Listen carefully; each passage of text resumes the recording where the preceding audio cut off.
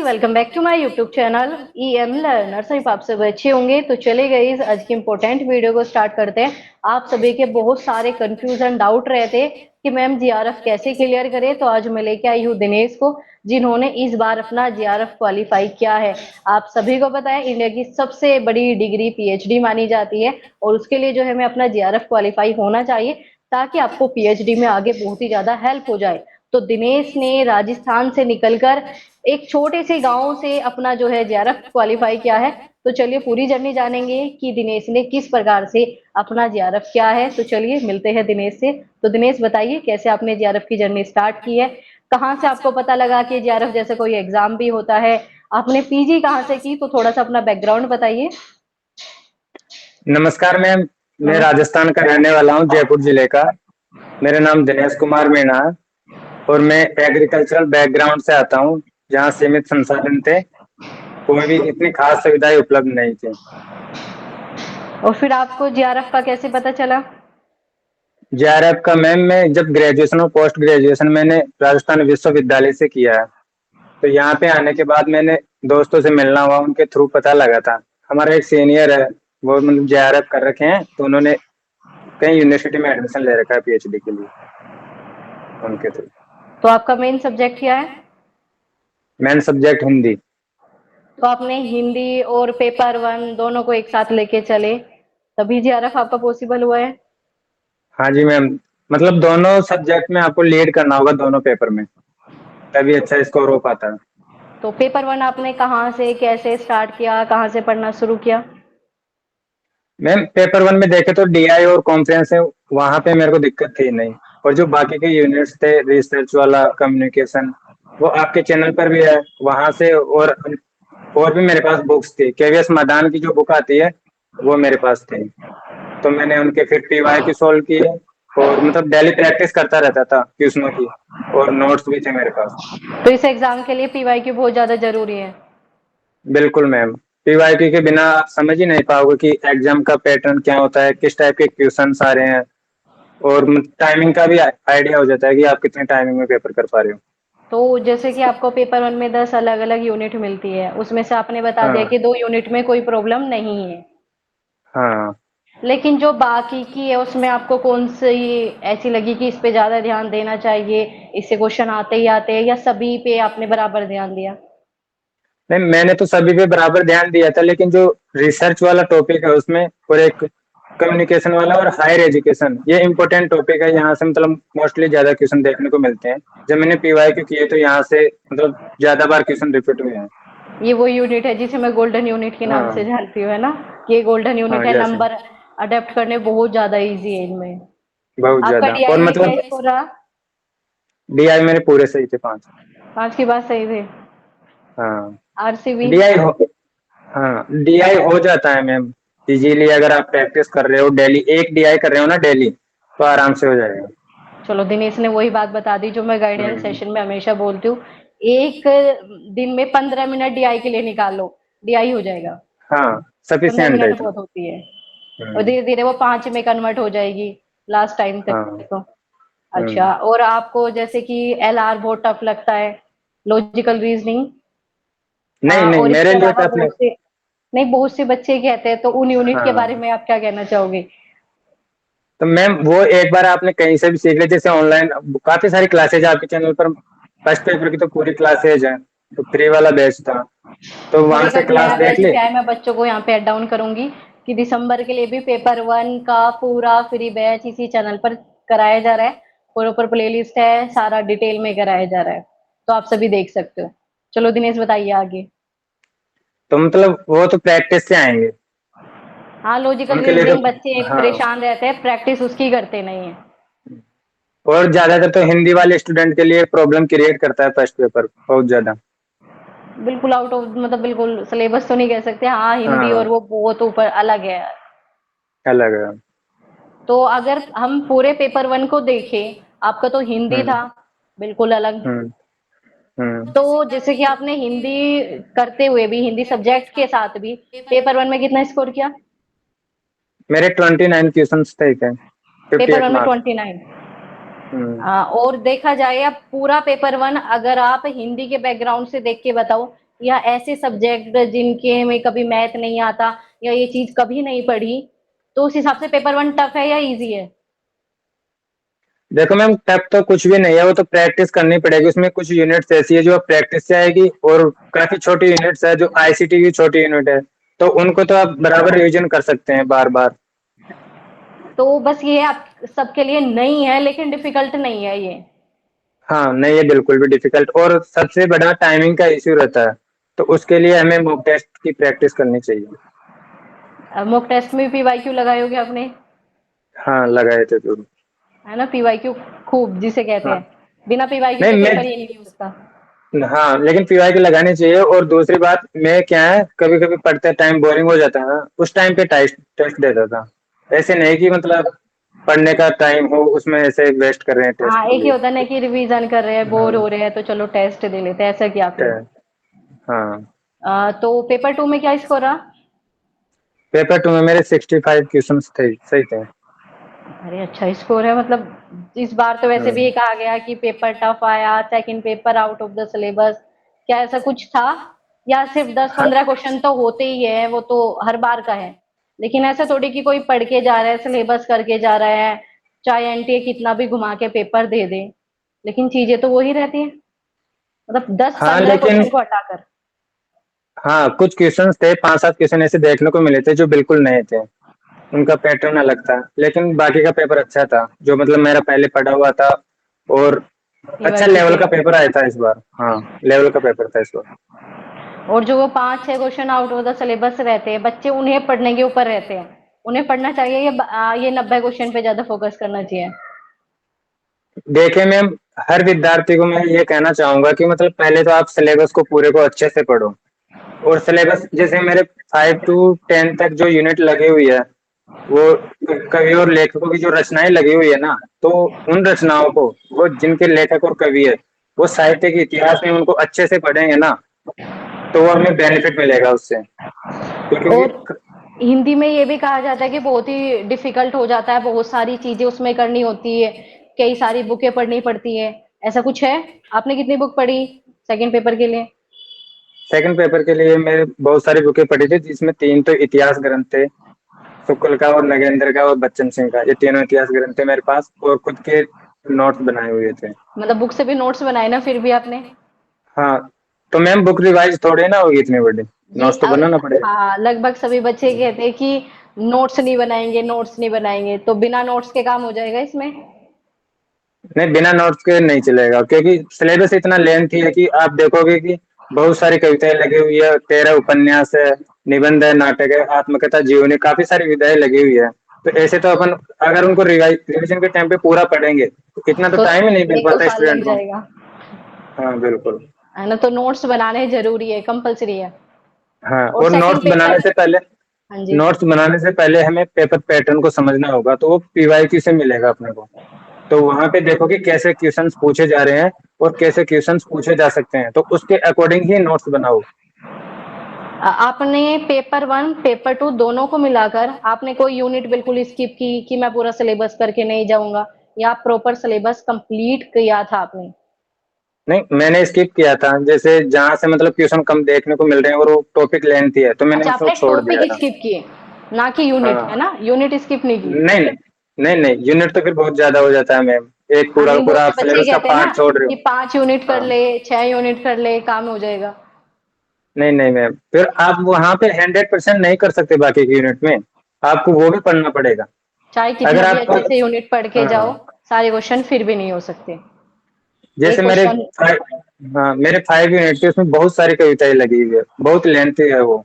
लेकिन मैंने वहां पे उनको नहीं पढ़ा ना, तो उनकी जो लेखक की विचारधारा है, उनकी भूमिकाएं हैं, कौन सी रचना कितने कालखंडों में बटी हुई है, उनके जैसे नाटक में अंक होते हैं तो वो कितने हैं, तो मतलब मेनली वहां से जहाँ से क्वेश्चन आते हैं ना, उनको मैंने अच्छे से देख लिया था स्किप करने से पहले। और कौन सा इंपॉर्टेंट टॉपिक है, ये सब पीवाईक्यू से ही पता किया? हाँ सबसे बेस्ट यही है। हाँ, और मैंने पिछला अटेम्प्ट भी दिया था, तो उससे भी काफी आइडिया हो गया था मेरे को। तो फर्स्ट अटेम्प्ट में क्या रहा था आपका? नेट क्वालिफाई हो गया था, जेआरएफ नहीं हुआ था, 2 क्वेश्चन से जेआरएफ रह गया था उस टाइम। चलो कोई बात नहीं, दे रहा है दुरुस्त आए, ठीक है। वैसे भी अब हाँ डबल एक्सपीरियंस हो गया, नेट भी है, जीआरएफ भी है। हाँ। अब आगे क्या क्या विचार है आपका? आगे मैम रिसर्च के क्षेत्र में पीएचडी करने का विचार है। जैसे मैं पीएचडी करना चाहूंगा जैसे लोक साहित्य, दलित विमर्श, इन पर जो समाज से जुड़ा हुआ हो, ना कि किताबों से। नहीं, वो ये है कि आजकल रिसर्च के हम्म। नाम पे भी बहुत अलग ही चीजें हो रही है। एक डिग्री ऐसी बना दी कि जिसकी वैल्यू कम होती जा रही है, क्योंकि एक तो सोर्सेज का बहुत ज्यादा सिस्टम हो गया कि पीएचडी भी हम्म। ऐसे ही है कि किसी की जान पहचान वाले यूनिवर्सिटी में एडमिशन ले लिया, आराम से घर बैठे हो रही है। तो खैर ये सब चीजें ना करके दिनेश ने बहुत अच्छा कहा कि खुद से बहुत कुछ करना चाहते हैं रिसर्च के फील्ड में। बहुत बड़ी बात है इस एज में ऐसा सोचना। और ना सबको ये होता है ना मैं कि कम समय हम्म। में अपना आराम से बैठ के जीआरएफ मिलेगा, घर में क्या प्रॉब्लम है? ऐसा तो कुछ नहीं है। मैम हाँ सही है। मैम हिंदी मेरे लिए विषय नहीं है, एक सांस्कृतिक विरासत है जो मेरे शोध और अध्यापन के माध्यम से मैं इसको समृद्ध कर सकूं। नहीं दिनेश, ऐसा आपने नहीं। जो हाँ। व्हाट्सएप पे मैसेज किया उसे पढ़ के भी दिखाई दे रहा था कि हिंदी के प्रति आपकी कितनी लगन है। जिस तरीके से आपने मैसेज फीडबैक दिए व्हाट्सएप पे, अलग ही हाँ। हिंदी को मतलब आजकल कोई हिंदी में टाइपिंग नहीं करता, लेकिन आपने हाँ एक जी। एक वर्ड शुद्ध हिंदी में लिखा, पूरा का पूरा अपना एक्सपीरियंस शुद्ध हिंदी में ही शेयर किया है। तो ये तो सच में काबिले तारीफ है आपके लिए। और थैंक जो यू मैम। स्टूडेंट बचते हैं चीजों से, क्या बचना चाहिए इस हम्म। लेवल पे आगे? नहीं, किस बात की शर्म है? जब हमारे संविधान में राजभाषा हिंदी है तो किस बात की शर्म करना। बिल्कुल। और एक ही होता है ना कि हमें हम्म। शॉर्टकट बता दो, क्या इस जर्नी में कोई शॉर्टकट है? मैम शॉर्टकट कुछ भी नहीं है, देखो मेहनत तो करनी पड़ेगी। आपको पता है नेशनल लेवल का एग्जाम है और एग्जाम पैटर्न भी ऐसा आता है कि डेप्थ में क्वेश्चन पहुंचे जाते हैं, इन ऐसा नहीं मेरा कि बार सेकंड बार का से। फर्स्ट एग्जाम है, यूपीएससी के बाद यही हाँ। है। लेकिन इतने मैसेज आते हैं कि मैम कुछ ये बता दो, हमें नोट्स नहीं बनाने, हमें ये नहीं बनाना। तो उनके लिए क्या कहना चाहोगे? मैं कहना चाहूंगा कि नोट्स तो आपको बनाना पड़ेगा, और ऐसा नहीं कि कहीं से भी आपने एक जगह से पढ़ लिया वो सफिशियंट है। जहां से भी आपको जो चीज अच्छी लगे उनके आपको पर्सनल नोट्स में मिक्स कर लो। और जब भी आपको रिवीजन करना चाहोगे तो एक ही जगह से बार बार रिवीजन करो उस चीज को। तो बार बार रिवीजन करने से आपके माइंड में इमेज बन जाएगी। आपको पता रहेगा कि कौन से पेज में कौन से कोने में क्या लिखा हुआ है। अगर आप इस जीआरएफ की जर्नी को अगर तीन चार ऐसे पॉइंट बताओ कि इनके बिना काम नहीं चल सकता, वो क्या क्या रहेगा? एक तो सबसे इम्पोर्टेंट चीज है टाइमिंग मैनेज करना, पेपर वन में और चलो पेपर। पहले टाइमिंग हाँ। मैनेजमेंट पे आ जाते हैं, आपने कैसे किया? ऑनलाइन अटेम्प्ट करने में कोई प्रॉब्लम? मुझे कोई प्रॉब्लम नहीं थी मैम, आज के मैंने मॉक युवाओं टेस्ट वैसे लगाए भी थे। थोड़ा सा ही हो जाता हाँ। है, क्योंकि हम सभी स्क्रीन से जुड़े हुए हैं। तो मैम मॉक टेस्ट काफी सारे हैं, आप लगा के देख लो, पहले यहाँ पे प्रैक्टिस करो अच्छे से। नहीं, बहुत से हम्म। बच्चे कहते हैं कि हम ऑनलाइन अटेम्प्ट नहीं करेंगे, हमारी आंखें दुखेगी। तो पहले से प्रैक्टिस करके जाना चाहिए या सीधा एग्जाम में? नहीं, प्रैक्टिस करके जाना चाहिए। काफी प्रेशर स्टूडेंट होते हैं जिनका पेपर छूट जाता है, कवर ही नहीं हो पाता उनसे 3 घंटे में। तो ऑनलाइन अटेम्प्ट कोई समस्या तो है नहीं अगर प्रैक्टिस करके जाओगे? नहीं, कोई समस्या नहीं है। नहीं, बहुत से आसानी बच्चे से हो कहते हैं जाएगी। कि ऑनलाइन नहीं होता हमसे, तो हमारा तो ये पेपर इस वजह से खराब हो जाता है। ये बहाना है या खुद को बस ऐसे ही बचाना है कि हम प्रैक्टिस नहीं करेंगे? नहीं, उन्होंने अगर कोई फर्स्ट टाइम दे रहा है तो उनके लिए समस्या क्रिएट हो सकती है। अगर प्रैक्टिस करके जाएंगे तो कोई दिक्कत नहीं है। नहीं, बहुत से बच्चे पहली बार दे दिया, एक्सपीरियंस कर लिया, लेकिन फिर भी इन चीजों से बचते हैं कि हम ऑनलाइन अटेम्प्ट नहीं करेंगे, हमें तो सब किताबों में ही चाहिए, प्रिंट आउट में ही चाहिए। क्या ये चीजें सही है? नहीं, ये सही नहीं है मैम। वो तो एग्जाम का पैटर्न होता है, कोई ऑनलाइन होता है कोई ऑफलाइन होता है, खुद को उसके अकॉर्डिंग तैयार करना होता है। अगर नहीं करोगे तो फिर पीछे ही रह जाओगे, चाहे कितना भी पढ़ लो। सही। हाँ। है ना? क्योंकि ये जो हमारी ऑनलाइन पीवाईक्यू सीरीज रहती है, इसमें से हम्म। लगभग 20% बच्चे मैम प्रिंट आउट दो, प्रिंट आउट। तो क्या उसका कोई बेनिफिट है पीवाईक्यू का प्रिंट आउट में? ऑनलाइन अटेम्प्ट करेंगे तो मॉक की फॉर्म में हो जाएगा। हाँ तो अगर आप, हाँ ऑनलाइन में मौके हो जाएगा, और वो सही भी रहता है। अगर आप फ्री टाइम जब भी देखना चाहो तो मतलब क्वेश्चन करते जाओ और देखते जाओ, वो भी सही रहता है ऑनलाइन का भी। पीडीएफ भी सही रहता है। हाँ, क्योंकि स्क्रीन की आदत हो जाती है ना मैं। हाँ, मेरे तो पास तो मतलब बुक्स थे, तो उसमें सारे पीवाई की थे, फर्स्ट पेपर के भी और सेकंड पेपर के। अगर हम बात करें, और हाँ आप कुछ पॉइंट बता रहे थे, एक तो टाइम हाँ। मैनेजमेंट पे फोकस। एक तो, और एक रिवीजन के टाइम पे आपको मतलब कहीं से भी पढ़ लो लेकिन रिवीजन एक ही जगह से करना है, और खुद के शॉर्ट नोट्स तो आपको बनाने ही होंगे। बिना और रिवीजन के तो काम नहीं होने वाला। नहीं मैम, अगर आपने एक बार पढ़ लिया तो एक बार पढ़ने से चीजें किसी को याद नहीं होती। वैसे भी 10 अलग-अलग सब्जेक्ट है, सबका बैकग्राउंड अलग-अलग है इसमें। सबका अलग। जैसे कि आपने कहा कि मेरा हिंदी था और ये 10 यूनिट बिल्कुल नहीं, कभी टीचिंग एप्टीट्यूड नहीं पढ़ा होगा, हम्म। है ना? मैम ये सब वो जनरल पेपर में 10 यूनिट इसलिए रखी गई है कि वो किसी भी स्टूडेंट किसी भी बैकग्राउंड से हो वो उनके लिए इक्वल हो, इसलिए रखी गई है। जो मैथ्स से डरते हैं वो भी कम से कम अपना जीआरएफ का अमाउंट निकालना सीख ही ले। 10% हाँ 20% एचआरए ये वो सब। तो वो ये है यूजीसी इतनी बड़ी संस्था है, 10 अलग अलग यूनिट दी है, तो असिस्टेंट प्रोफेसर के अंदर वो कैपेबिलिटी होनी चाहिए, चाहे वो कम्युनिकेशन की हो, हायर एजुकेशन अच्छे से पता हो। तो 10 की 10 यूनिट बहुत अच्छी है या बोरिंग है, या क्या लगता है पेपर वन पूरा? नहीं मैम, एक इंटरेस्टिंग सब्जेक्ट है क्योंकि 10 अलग-अलग यूनिट्स के बारे में आप पढ़ोगे, और वो मतलब आईसीटी टॉपिक है, अच्छा टॉपिक है, वो सीखना चाहिए सभी चारों को। तरफ है, वैसे भी सीखना चाहिए। हाँ हाँ, और हायर एजुकेशन वो भी इम्पोर्टेंट टॉपिक है। तो अगर ये देखा जाए ये एग्जाम, अगर कोई बच्चा करे, तो बहुत से बच्चे कहते हैं 4 अटेम्प्ट दे दिए, 5 दे दिए, 6 दे दिए, क्या इतने अटेम्प्ट की जरूरत होती है? देखो मैम, अगर सच्ची ईमानदारी से मेहनत करोगे तो 1 या 2 अटेम्प्ट में आपका निकल जाएगा। हाँ, एक दो वो भी इसलिए बाई चांस ऐसा हो जाता है कि हम्म। थोड़ा सा हमारा कहीं या पेपर में भी कभी कुछ भी हो जाता है गड़बड़, तो हाँ, दो हाँ हो अटेम्प्ट इनफ जाता होते हैं। है, एनफ होते हैं तो। ना एक बार अपनी गलती से सीख लिया। अगर आपने पहले फर्स्ट अटेम्प्ट में आपका नेट हुआ था, तो उसमें आपको क्या लगा कि मेरी कहाँ जीआरएफ में कमी रह गई थी?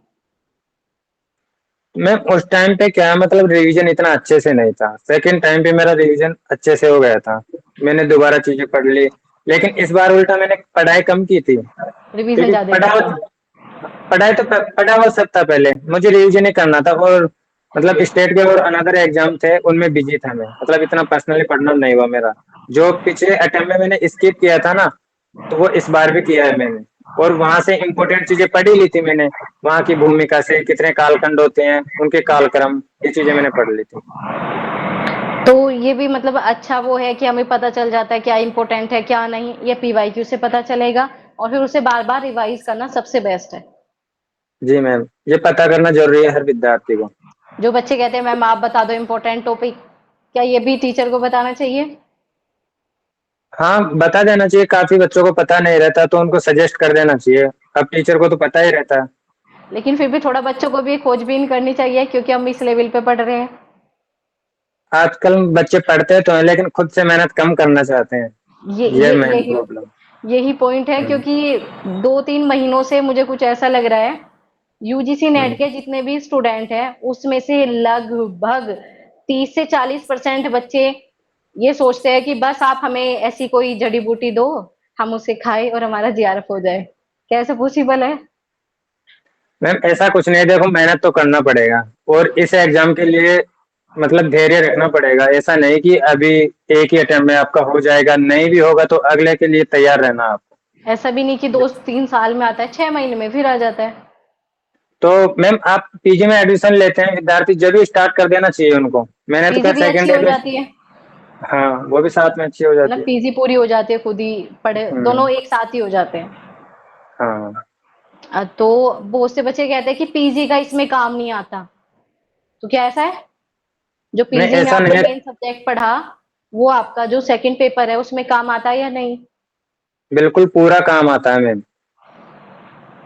नहीं, मेरे पास बहुत क्या है कि हमारा सब्जेक्ट नहीं मिलता है, ऐसा तो मुझे भी पता है कि ऐसा तो होता नहीं है।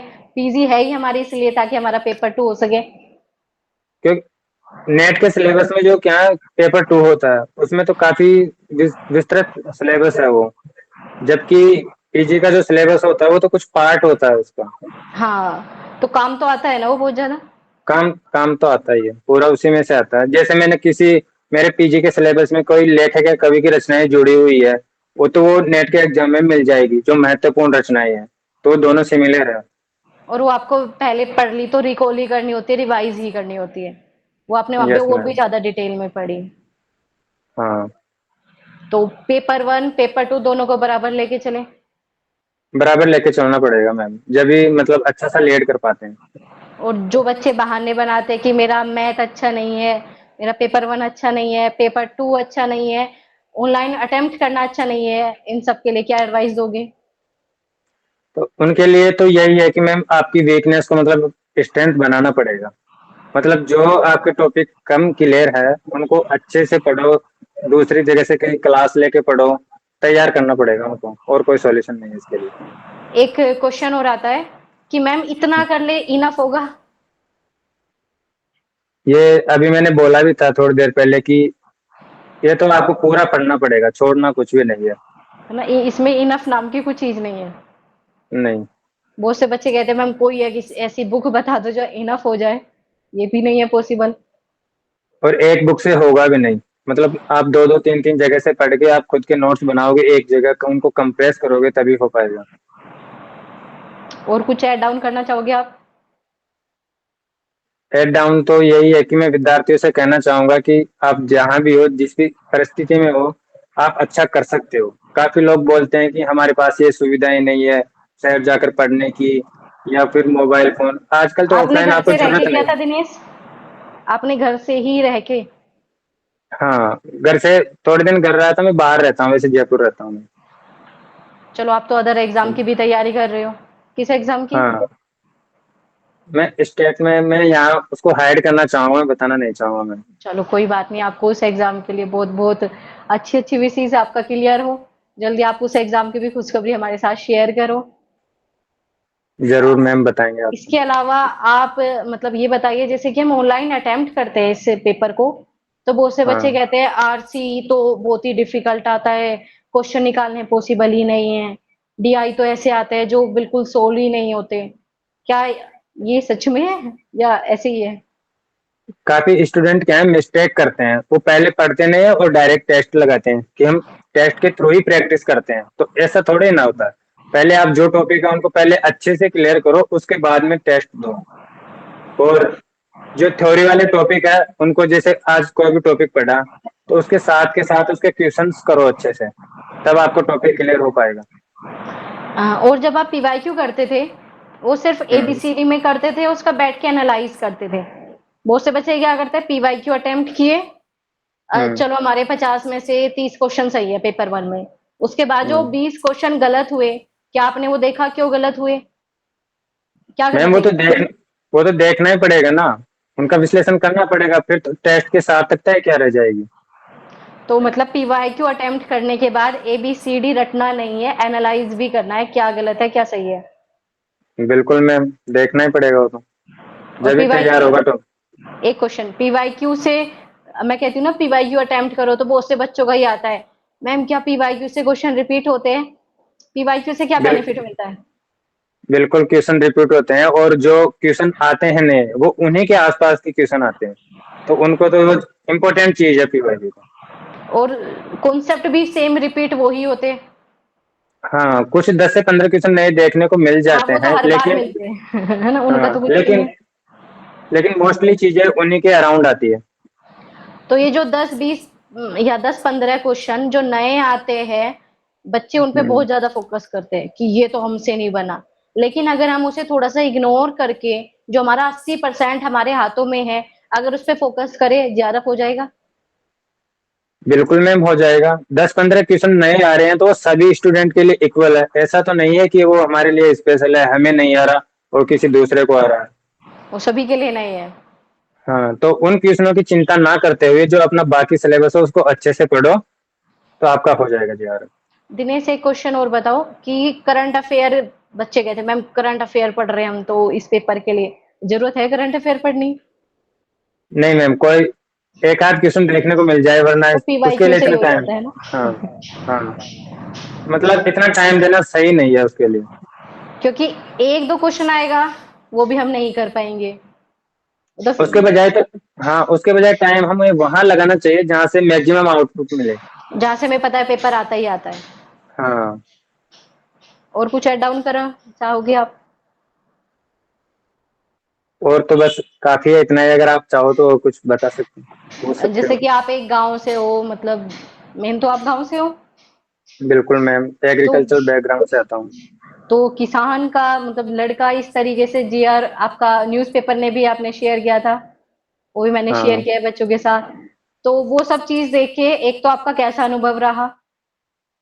दूसरा, बहुत से बच्चे कहते हैं हम तो गाँव से हैं, हम तो ये है, हमारा तो गैप हो गया, हमारी शादी हो गई, हम पढ़ाई नहीं कर पाते, हमें तो टाइम नहीं है, हम जॉब करते हैं। तो इन सब बहानों को कैसे टैकल करा जाए या कैसे पेपर की तैयारी की जाए इन सबको साथ में लेते हुए? देखो मैम, टाइम तो एक बहाना है। जब आज के मतलब इस डिजिटल रिवॉल्यूशन में एजुकेशन के क्षेत्र में ऐसा हुआ है कि आप घर बैठे कहीं भी किसी भी कोने में पढ़ सकते हो और सारी चीजें अवेलेबल है। मोस्टली चीजें आपको फ्री मिल जाएगी। सबके क्लासेस जैसे आपके यहाँ पे जो है फर्स्ट पेपर की पूरी प्लेलिस्ट बनी हुई है। तो ये बस तो एक थोड़ा-सा टाइम। हाँ, ये इसका तो कोई इश्यू नहीं है। सब दोबारा चीजें फ्री बोलो है। दोबारा बोलो दिनेश, मैं ज़्यादा बोल गई बीच में। मैं ऐसे बोल रहा हूँ कि मतलब ये चीजें ऑनलाइन हमें मिल जाएगी। इसके लिए ऐसा नहीं कि आपको कोई ऑफलाइन ज्यादा मेहनत करनी पड़ेगी, टाइम लगेगा। सब अवेलेबल है। अगर ये कोई नया स्टूडेंट जेआरएफ की तैयारी कर रहा है, तो उसे हम्म। कितना समय लगेगा कि अपना, बहुत से कहते हैं 2 साल हो गए, 1 साल चाहिए। अगर सही तरीके से करे, कितना समय चाहिए? 3, 4, अगर 5, मैम 1 मंथ, मतलब 6 महीने, इस टाइप का बताओ। मैम दो टाइप के स्टूडेंट होते हैं। तो पहले तो वो होते हैं जो जिन्हें स्पेशल जेआरएफ करना है, उसके अलावा उन्हें कुछ नहीं पढ़ना। तो उनके लिए तो मैं कहना चाहूंगा कि 6 महीने सफिशियंट है। अगर कोई स्टूडेंट ऐसे भी होते हैं जिन्हें अदर एग्जाम की तैयारी कर रहे हैं गवर्नमेंट जॉब के लिए, और वो चाहते हैं कि जेआरएफ करे, पीएचडी करना चाहेंगे, तो उनके लिए टाइम लग सकता है क्योंकि वो अदर एग्जाम में बीजीए टाइम कम दे पा रहे हैं, रिवीजन कम हो पा रहा है उनका। तो उनको साल भर का टाइम लग सकता है। तो बस ये ज़्यादा से ज़्यादा 1 साल में खत्म हो जाता है पूरा, बहुत अच्छे से, ठीक है? बहुत अच्छे से, ये तो काफी। ज़्यादा ही हाँ, बताया, 6 महीने बहुत है इसके लिए। 6 महीने सफिशियंट होते हैं अगर स्पेशल जेआरएफ ट्राई करें। और नेट के तो बस 3, 4 महीने बहुत हो जाते हैं। हाँ, बहुत। मेन काम है इसमें सही पढ़ना, सबसे ज़्यादा ज़रूरी। हाँ, एक तो रिसोर्सेज सही होने चाहिए, ऑथेंटिक किताबें होनी चाहिए, और एक सही दिशा में प्रयास करना चाहिए, और ईमानदारी से मेहनत करनी चाहिए। और बहाने थोड़े से कम लेने चाहिए। हाँ। आजकल एक। के स्टूडेंट जो आ रहे हैं, मतलब मैं दिनेश से भी इतने सारे क्वेश्चन इसलिए पुट अप कर रही हूँ, मेरे पास यही क्वेश्चन सबसे ज्यादा आते हैं। मतलब आधे बच्चे रोने लगते हैं कि मैम टाइम नहीं है, पेपर भी निकालना है। तो एक मैं लाइन बोलती हूँ, if you can dream it, अगर आपने सोचा है, सपना देखा है, तो यू कैन डू इट, तो आप कर भी सकते हो। तो ये बहाने बहाने से तो बाहर ही आना पड़ेगा इस पेपर को करने के लिए। बिल्कुल मैम, अगर मेहनत करेगा विद्यार्थी तो जरूर सफल होगा। भगवान की अगर देर है, अंधेर नहीं। बिल्कुल। और जिन बच्चों का इस बार पेपर क्लियर नहीं हुआ, बहुत अच्छे से अटेम्प्ट किया, उन्हें क्या कहना चाहोगे? मैं उसके लिए मैं बता सकता हूँ। थोड़ा टाइम टाइम लगेगा, मैं बता दूं उसके लिए कुछ। बताओ। एक कहानी का एक कहानी के माध्यम से। बताओ। मैम, मैं जो स्टूडेंट बोलते हैं कि हमारा इस बार नहीं हुआ, तो उन्हें पहली बात तो इतना निराश नहीं होना चाहिए। जो भी हुआ अच्छे के लिए हुआ, उसको एक पॉजिटिव फॉर्म में लेना चाहिए कि हम आगे चलकर हमें मतलब जेआरएफ ही नहीं, इसको टॉप करना है एग्जाम को। तो मैं इसे एक कहानी के माध्यम से बताना चाहूंगा कि एक अफ्रीकी राजा थे जिनके एक दोस्त थे। तो वो दोनों शिकार खेलने जाया करते थे। दोस्त राजा को बंदूकें लोड करके देता और राजा शिकार करता। और चाहे अच्छी स्थिति हो या बुरी स्थिति हो, लेकिन उसका दोस्त हमेशा यही कहता था कि यह अच्छा हुआ है। एक दिन राजा के दोस्त ने गलत तरीके से बंदूक लोड करी। राजा ने जैसे ही शिकार के लिए गोली चलाई, उसका अंगूठा उड़ गया। तो उसके दोस्त ने कहा कि यह अच्छा हुआ। हर बार की तरह उसने यही कहा। तो राजा को बुरा लग गया कि मेरा अंगूठा कटा है, इसने कैसे कह दिया कि यह बुरा हुआ। तो राजा ने उसे जेल में डाल दिया। अब उसके दोस्त को जेल में डाल दिया, और राजा फिर 1 साल बाद कहीं दूसरी जगह शिकार खेलने गया अकेले। तो वहां पर कुछ आदिवासी भी शिकार खेलने आए हुए थे। उन्होंने आदिवासियों ने राजा को पकड़कर अपने गांव ले आए, और एक लकड़ी का ढेर लगाकर एक खंबे से बांध दिया। और आदिवासी उसे जलाकर खाना चाहते थे, इसलिए जैसे ही आग लगाई तो उन्हें पता चला कि राजा का एक अंगूठा गायब है। तो आदिवासी अंधविश्वासी थे, तो वो ऐसे व्यक्ति को नहीं खाते थे जो पूरा नहीं हो। उन्होंने राजा को छोड़ दिया। अब राजा को याद आया कि ये अंगूठा किस वजह से कटा था, तो वो उसके दोस्त के पास जाता है जेल में, और दोस्त दोस्त को जाके बोलता है कि मैंने आपके साथ बुरा किया, जेल में नहीं डालना चाहिए था। लेकिन हर बार की तरह राजा के दोस्त ने यही कहा कि यह अच्छा हुआ। फिर राजा ने पूछा कि यह अच्छा कैसे हुआ, कि कोई दोस्त को जेल में कैसे डाल सकता है। तो राजा के दोस्त ने कहा कि अगर उस दिन आपका अंगूठा नहीं कटा हुआ होता और अगर आज मैं आपके साथ होता तो हम दोनों तो मारे फिर जाते। मुझे मारा जाता। दोनों मारे जाते हैं। तो यह अच्छा हुआ कि जो भी होता है जो अच्छे के लिए होता है। अगर इस बार उनका क्वालिफाइड नहीं हुआ तो वो निराश ना हो, आगे जाकर आप अच्छा वो फिर करोगे कहीं ना रैंक ही कहीं। निकालते हैं बच्चे। और जो जैसे कि मतलब आपने एक वो, हाँ, शक्ति दुबे जो यूपीएससी टॉपर रही है, 7 अटेम्प्ट थे, हाँ 6 अगर मैं गलत नहीं हूँ तो उनकी भी रैंक तभी आई, इतने अटेम्प्ट में फेल हुई। अगर वो पहले ही हो जाता तो पता नहीं नीचे से होती वो, रैंक वैंक कुछ भी नहीं आती। तो ये अगर इतनी बार पेपर दिया है, इतना एक्सपीरियंस है, तो उसकी कहते हैं ना, फिर तो रैंक ही निकलती है। जी मैम, अनुभव तो जरूर होता है। अब जो स्टूडेंट आप इस बार कहीं 1-2 क्वेश्चन से रहे होंगे, 10 क्वेश्चन से रहे होंगे, लेकिन जो प्रेशर स्टूडेंट है उनके कंपैरिजन में तो वो बहुत आगे हैं, उनके पास पिछला अनुभव हुआ। तो निराश होने की जरूरत नहीं है, पास फेल चलता रहता है। आप ईमानदारी से मेहनत करो, जरूर सफल होगे जीवन में। चलो, दिनेश ने इतनी अच्छी कहानी बताई, इतना अच्छा मोटिवेट किया, तो जो वो सभी बच्चे डिमोटिवेट रहते हैं, तो बस एक्टिव हो जाना, पढ़ाई स्टार्ट करना, 6 महीने बहुत है, जो ये सामने है ये इनफ है। ठीक है। और जैसे दिनेश ने कहा, रिवीजन, सिलेबस, प्रैक्टिस और पीवाईक्यू, इन्हें छोड़ के नहीं जाना। जरूर मैम। और अगर दिनेश आप चाहते हो अपने नोट्स शेयर करना, तो आप कुछ फॉर्मेट शेयर कर देना। बहुत से बच्चे कहते हैं कैसे बनाए नोट्स, कैसे क्या करें, तो मैं वो टेलीग्राम पे शेयर कर दूंगी, उन्हें भी आइडिया लग ठीक है जाएगा, मैम। उन्हें हेल्प हो जाएगी। हाँ, मैं फॉर्मेट सेंड कर दूंगा। ठीक है। चलो दिनेश, बहुत बहुत धन्यवाद इस सेशन में जुड़ने के लिए, अपना अनुभव देने के लिए सभी बच्चों को। सभी बच्चे इससे बहुत ज्यादा सीखेंगे। और कमेंट करके दिनेश को बहुत सारी बधाइयां दीजिएगा।